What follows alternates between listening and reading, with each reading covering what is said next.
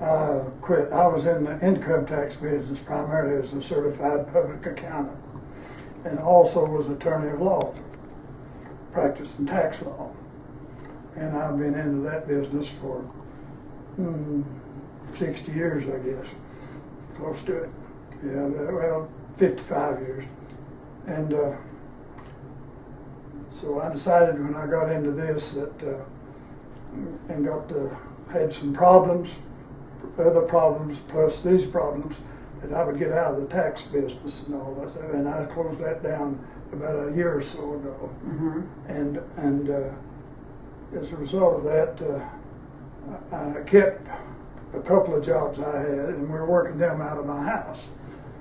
So I'm still making a little bit of money to live on, and because I got rid of all those expenses of running an office. I sold my office building, and today I'm here now, and we're doing that work. I'm the Commissioner of Accounts for the Wise County Circuit Court and the General Receiver for the Wise County Circuit Court, and that's the two titles I have now.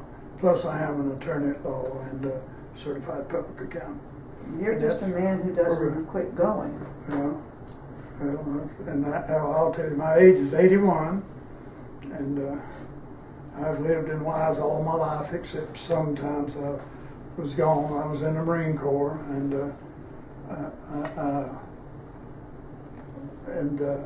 I was going to school and I went to college, and but that's where we are today, and trying to get along. That's wonderful. Lona, would you just say a little bit about yourself as well? Well, like he, I was born and raised here in Wise. I went away to school, got a degree in biology, came back. He and I were married in 1960. We have had 4 children, 2 boys and 2 girls, now grown and gone. When we were first married, I taught out at the college, which was Clinch Valley College at that time. I taught there for 10 years. Then I took a leave of absence and raised the children. Then when they were gone, I went back to nursing school in 1990, became an RN, a Bachelor of Science nurse, in 1993, and I practiced in nursing for 10 years. And the bulk of my nursing career was spent at the health department, the Lena Health District Health Department. And I worked in 3 counties, Wisely and Scott. I retired from there in 2003, and have stayed busy ever since. He was diagnosed in '95 with diabetes, and as a result, I learned and still am trying to learn as much as I can about diabetes, and I became a certified diabetes educator.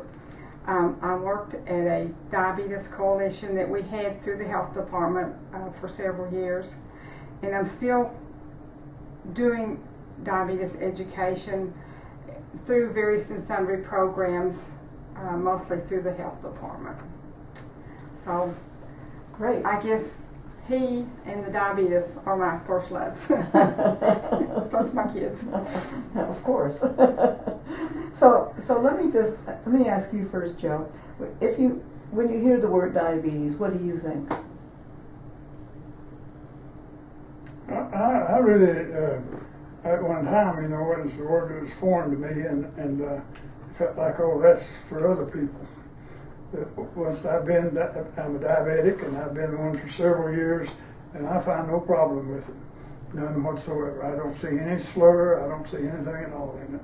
I think that's your trouble is just if you're diabetic, admit it, and then build your life around living with the diabetes. That's what it is, and go into every source of education, learning, and whatever that you can find. And that's the way to make it with it. You can't make it by laying down and crying and moaning and why does this happen to me? You just got to get to do it. I've been through all of that, and I no longer have that. I'm just doing what I can. I'm going to therapy now and working on it. I had another cause that caused that. It's not my diabetes.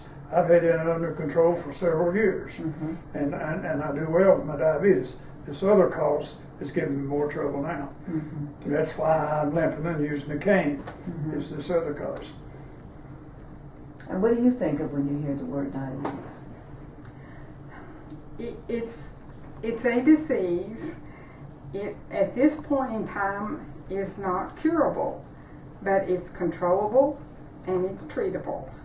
And people, I myself do not have diabetes, but people who do, I try to encourage them to do three things: do their good nutrition, their exercise, their activity, and their medication if they need it. I go with the 3 M's: meals, motion, monitoring,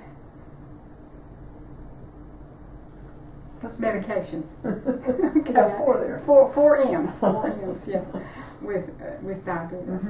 And in living with him, and as these programs tell, it is a family matter. And I try to be a support for him. Sometimes it seems that I'm nothing but a nag, but that's not my intention. I want him to live well and happy. Live happily. Does she sound like a nag, Joe? Well, it is. It's probably most of the nagging. It arises with me. She will tell me something. I say yes.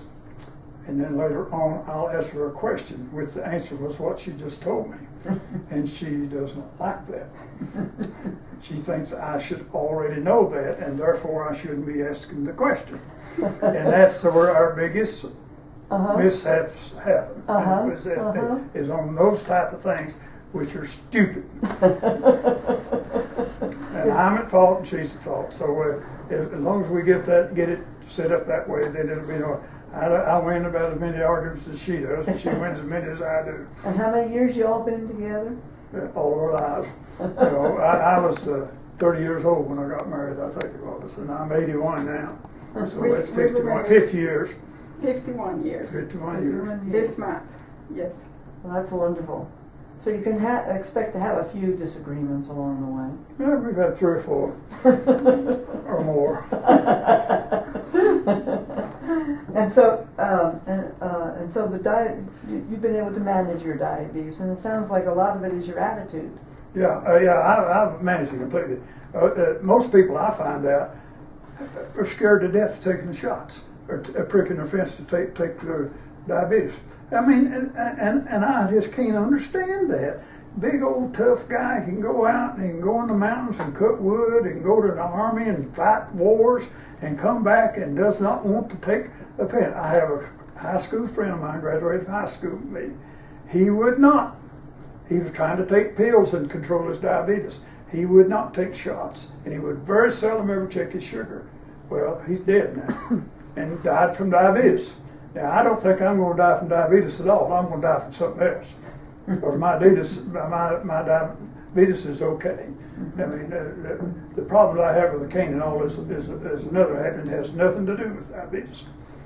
I'll tell you what it is, because it's prostate cancer, and I took chemotherapy and it knocked me wide open. Yeah. But now there's a pill for it that I think might be going to help a lot. Well, of course, I hope so. I've taken it 2 months and it's already dropped my PSA. Great. So that anytime you get a drop in that, you can look forward to it being good, yes. Exactly. And you know what PSA is. Yes. Okay. So, what do you think causes the diabetes? Do you have a family history? Well, no. Yes. Well, yes, in a way. I've had not much of it. I don't know where my mother was or not. She had diabetes, and you had a brother who had diabetes. Yeah. But I think it's mainly just it's control yourself, because if you take a overindulge in anything like eating or whatever it may be, somewhere along the line that's going to give you some problems. I mean, and nobody does anything perfect, but I was surprised when I found out I had diabetes, but I have lost a considerable weight since I've had it. and I intended to. I kept my eating way down, and I had plenty to eat and all, and my diabetes has dropped. I'm running around 185 to 190 pounds now, and I weigh as much as 230. And so that has been a big deal, and I'm almost 6 feet tall. I think I've shrunk a little bit in the last few years, but and so it worked very well. Yeah. But I've always been a get up and go person, and it's just like my mother used to say to me, says, Joe, it's hard to get him in the garden to hoe the corn or potatoes, but says when he goes there and does it, he does a wonderful job with it. But it's hard to get him out there, and that is true. And the work I do is good, I think, and so I work hard, and I'm proud of it. I've been in the tax business for 25, 30 years here or more, and I've had a lot of good clients, a lot of good people, and I don't have very few bad words I think said about me in my work. So I'm very happy and very pleased with that. You carry that work ethic over into the way you take care of yourself. Yeah. Oh yeah. I think when I do that, I think they deserve the best. And my clients, even if I didn't like them personally, and a lot of them I didn't, because it's hard to like them. They come in and start overbearing with you and all that stuff. But when I did work for them, I did the best job I knew how. Yeah. Now, let's talk about that newspaper article. Tell me about this. Article that you have. It's from what, 1990? 98, I think it was. Well, a group came in, and it was just people who wanted to talk to me about my diabetes control, and about what you said. My initial signs was, I thought it was when I was growing older, the problems I was having, and I was thirsty a great deal, and he said I never thought much about it, but when I began urinating frequently, then I assumed it was just drinking so much water to quench his throat, and my body was working too hard to get rid of the sugar. He finally realized the true explanation. I found myself getting tired. Like a lot of other people, I attribute that to getting older. And a few months after the diagnosis, the fact that I was diabetic really came home to me. Neuropathy set in. I had intense pain in the nerves and muscular system. And I had pain in my leg that rose that was very similar to sciatic nerve pain. It hurt so bad you could get down and cry from it. At that time, I was taking pills to combat the high sugar levels. And had a sudden loss of weight at the time. It went way down, even though I was eating good. And then I decided that I was diabetes, and I went and got insulin and sat down and got it governed, and have been taking it ever since. And what is that paper? This was done. This was a special insert put into the Coalfield Progress in March of 1998. And there's several people who were interviewed. Mm-hmm. He's a type 2. There's a lady who was a type 1 mm-hmm. who was interviewed. And then I think maybe a nutritionist.